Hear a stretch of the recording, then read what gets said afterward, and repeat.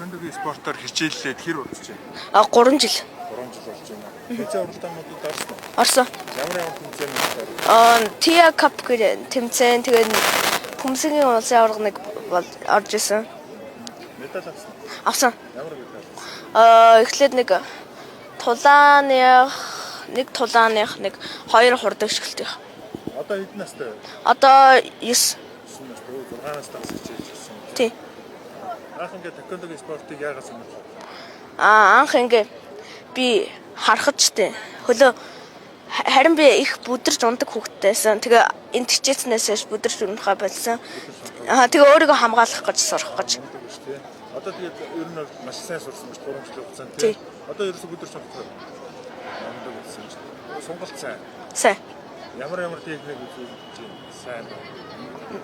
Одоо ингээ өшгөлтөө хийж чадна. Хамгийн сайн эргэлтөө өшгөлтөө хийдгийг. Ангийнхан хүүхдүүд нь юу гэж юм чам спортоор хичээлдэг болоо. Гайс сайн биш найз гээгээд л. Одоо хүүхдүүд дэрлэхгүй байгаа. Дэрлэхгүй. Одоо тэквондогийн тавьж өдөр юм. Аха. Сургуулийн дэрж гэрээ.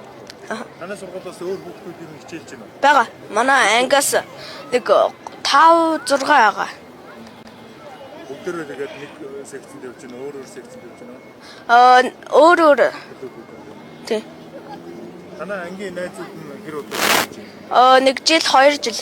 Чамаас уургаад. Тий. Одоо чи бидэртээ багш нь уу? Арай биш. Зүгээр л хамт бэлтдэг. Тэгээ мэдхгүй юм зааж өгөөд тэгдэг. Сайн байна шүү дээ. Өнгөрсөн жил яг ингээд энэ Паралимпиас тэквондогийн төрлөөр медаль авах нь бас үзсэн үү? Үзээгүй. Медаль авсан гэдгийг мэдсэн үү? Мэдсэн. Тэр үед ямар байсан? Ингээ манай Монгол улс анхны удаа медаль аваад баярлсан. Баярлсан. За тэгээ өшөө илүү амжилт гаргаарай. За. Чи ингээ боломжтой юунаас нэг харуулах боломжтой юу? За. За тэгвэл.